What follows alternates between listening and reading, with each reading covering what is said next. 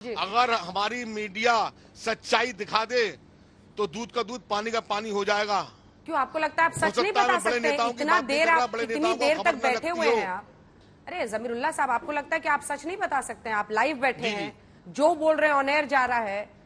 अगर आपकी बात पर किसी को विश्वास करना होगा तो आपकी बात को विश्वास कर लेगा। मैं सच कह तो रहा हूँ। मैं बताइए ना, अब इससे ज्यादा मीडिया पे कितना स्पेस चाहते हैं? आपसे कह रहा हूँ, मैं सच कह रहा हूँ।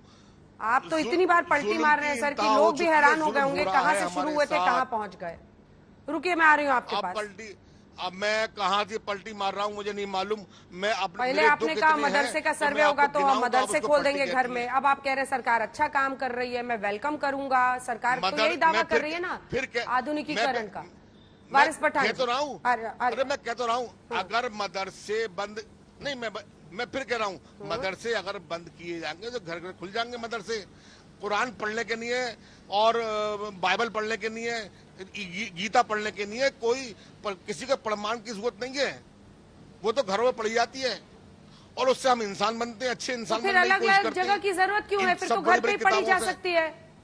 देखिए, आप अपनी ही बात को कॉन्ट्रडिक्ट करते हैं बार बार, अपना ही पिच कमजोर करे चले जाते हैं। तो पढ़ती तो है, अब भी पढ़ती है बहुत से लोग। हाँ, वारिस पठान साहब पढ़ते तो रहे। ठीक है, संगीत रागी जी एक बार छोटा सा इसका जवाब दे ले, उसके बाद पठान साहब फौरन आ रही हूँ आपके पास। सर रुके खान साहब रुके। संगीत रागी जी छोटा सा देखिए अंजना जी। हाँ। अंजना जी, मैंने आज तक तो यही सुना था और आज तक यही पढ़ा था कि एक गांव में मौलवी साहब थे जो मदरसे चलाते हैं, जो कुरान की शिक्षा देते हैं और बाकी छोटी बहुत जो जानकारियां होती हैं। मैंने आज तक कहीं नहीं पढ़ा कि कोई मौलवियाइन है या कोई खाला है जो मदरसा चला रहा हो। अब ये इनके ज्ञान से हम सब समृद्ध हो रहे हैं। पूरा देश जान रहा होगा कि ये पढ़े लिखे कितना है और किस प्रकार के ज्ञान पूरे देश को बांट रहे हैं। मदरसों की ऐसी शिक्षा तो हमने कहीं नहीं सुनी थी। दूसरी बात, यदि आपके मदरसे अनरजिस्टर्ड हैं तो उस पर कार्रवाई बिल्कुल ही होनी चाहिए और सरकार को करनी ही चाहिए। तीसरी बात, ये बंधु ज्ञान दे रहे थे कि इतने सारे जेलों में बंद हैं। अरे भैया, उत्तर प्रदेश के अंदर जो मुस्लिम जेल में बंद हैं वो 28% है, बंगाल में वो 43% है और जब आप जम्मू एंड कश्मीर चले जाएंगे तो 62% है। तो आप थोड़ा सा पढ़ लिख करके आया कीजिए। टेलीविजन पर बहस के लिए आते हैं साहब जी, हम तो मौलवी मुंह से निकल रहा था, लेकिन भूतपूर्व MLA साहब थोड़ा सा पढ़ लीजिएगा कि उत्तर प्रदेश के अंदर जो और पूरे ओवरऑल पॉपुलेशन यदि कहेंगे तो 19.3% की आबादी जो है वो मुसलमान के वो जेलों में बंद है, बाकी 69% जो है वो हिंदू ही जेलों में बंद है। तो ये पूरा जो बकवास किया जाता है टेलीविजन पे कि सारे मुसलमानों को जेलों में बंद कर दिया गया है, ये पूरा का पूरा जो है मुसलमानों को डरा करके, और जो असदुद्दीन ओवैसी की पार्टी है वो मुसलमानों की राजनीति करना चाहती है, डरा करके खेती करना चाहती है अपने इलेक्टोरल पॉलिटिक्स की। वो करे, वो अच्छी बात है, वो करे। डर की खेती कर रहे हैं वारिस पठान साहब मदरसों के नाम पर। अब बताइए, 585 निकले जो अनरजिस्टर्ड हैं। ये पता चलना चाहिए या नहीं सरकार को? बिना मतलब का शुरू में ही सामने आ गए। क्यों हो रहा है सर्वे? बंद कर बोलते हैं ये लोग, सरासर झूठ बात करते हैं लोग। अंजना जी, हम लोग को पहले से कह रहे थे ना कि मदरसे का सर्वे कराने की जरूरत क्या है। और ये जो प्राइवेट फंडेड मदरसे हैं, प्रोटेक्टेड अंडर आर्टिकल 30 है कि क्या गवर्नमेंट इनको एड देता है क्या इन मदरसाओं को? अब जो गवर्नमेंट बोर्ड के तहत में मदरसे हैं यूपी के अंदर, जो 1600 के करीब मदरसे हैं, उसमें तो आपने 5 साल से पगार नहीं दिया है वहां के लोगों को। 5 महीने का खाली आपने टीचरों को, अलीमों को पगार दिया है। वहां पर तो हमारे पंडित भाई भी आते पढ़ाने के लिए लोगों को। उसका क्या, उसके बारे में क्यों बात नहीं करेंगे? वहां के कभी आपने खस्ता हालत को देखा है क्या? टेबल यहाँ है तो पंखा नहीं है, लेडीजों के लिए टॉयलेट नहीं है। एक लड़की अगर जो जाती है मदरसे में सुबह 7 बजे और 6 बजे तक बैठना पड़ता है उनको स्कूलों के अंदर बिना टॉयलेट के, उस स्कूल का कब करेंगे सर्वे? बाल विद्या मंदिर का कब सर्वे कराएंगे? हाँ, वहां सर्वे की जरूरत नहीं दिखी आपको, इसलिए हम बोलते थे इनकी नियतों में खोट है। और अभी संगीत रागी ने कहा कि मुझे आज पता चला कि लेडीज महिलाएं भी पढ़ाती है। अरे सुनिए संगीत रागी जी, गर्ल्स का भी मदरसा है जहां वो पढ़ती है, आलिम बनती है, हाफिज बनती है और मुफ्ती भी बनती है और बाद में लोगों को अपने घर में बच्चों को जाके कभी कोई तालीम भी देती है, कभी कभी अपने घर में बुला के ट्यूशन भी देती है मदरसों का।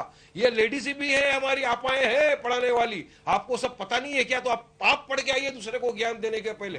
बात नंबर 2, अंजना जी, ये सब क्यों किया जा रहा है? एक तरफ से मुसलमानों के खिलाफ भाजपा ने जंग छेड़ दी है, विश्व हिंदू परिषद, RSS, संगीत रागी, इन्होंने भाजपा के लोगों ने मुसलमानों के खिलाफ एक जंग छेड़ दी है। इन्होंने शुरू किया अजान से, फिर आ गए नमाज, मदरसा, हिजाब और अब तो ओपन कॉल दे रहा है परवेश वर्मा रस्ते से खड़े होकर दिल्ली में मोदी जी के 20 मिनट घर के बाहर से कि मुसलमानों का आर्थिक बहिष्कार कर दो। और कौन कौन मेरे साथ खड़ा है तो लोग चिल्लाते हैं हम सब खड़े हैं, और उसके खिलाफ मोदी जी खामोश, विश्व हिंदू परिषद खामोश, बजरंग दल खामोश, जुदा कोई करने कुछ का नहीं नारा बोलता। नहीं दे रहे हैं ना, जगह सलाखों के पीछे होनी चाहिए आर्थिक समाज।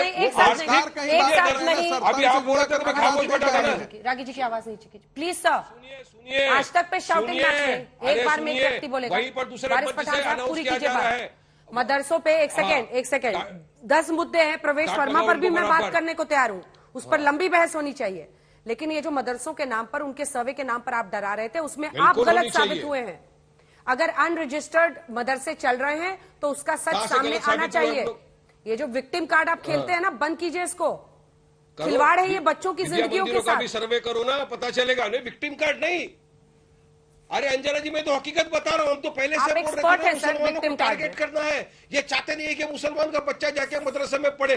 ये चाहते नहीं है कि मुसलमान पॉलिटिकली एम्पावरमेंट हो या पढ़ लिख के आगे बढ़े। खाली जुमला है। कुरान देंगे, लैपटॉप देंगे। मोदी जी ने कहा था ना, कितने बच्चों को दे दिया, कितने बच्चों को दे दिया आपने? एक हाथ में कुरान, एक हाथ में लैपटॉप। अरे अगर हमारा बच्चा पढ़ना चाहता है मदरसे में, आपको क्या दिक्कत है? बाल मंदिर में अगर बच्चा जाता है, कि आपने मदरसों के लिए अब तक क्या किया है? आपको वो सीधा पूछ रहे हैं, मदरसों के लिए क्या किया है?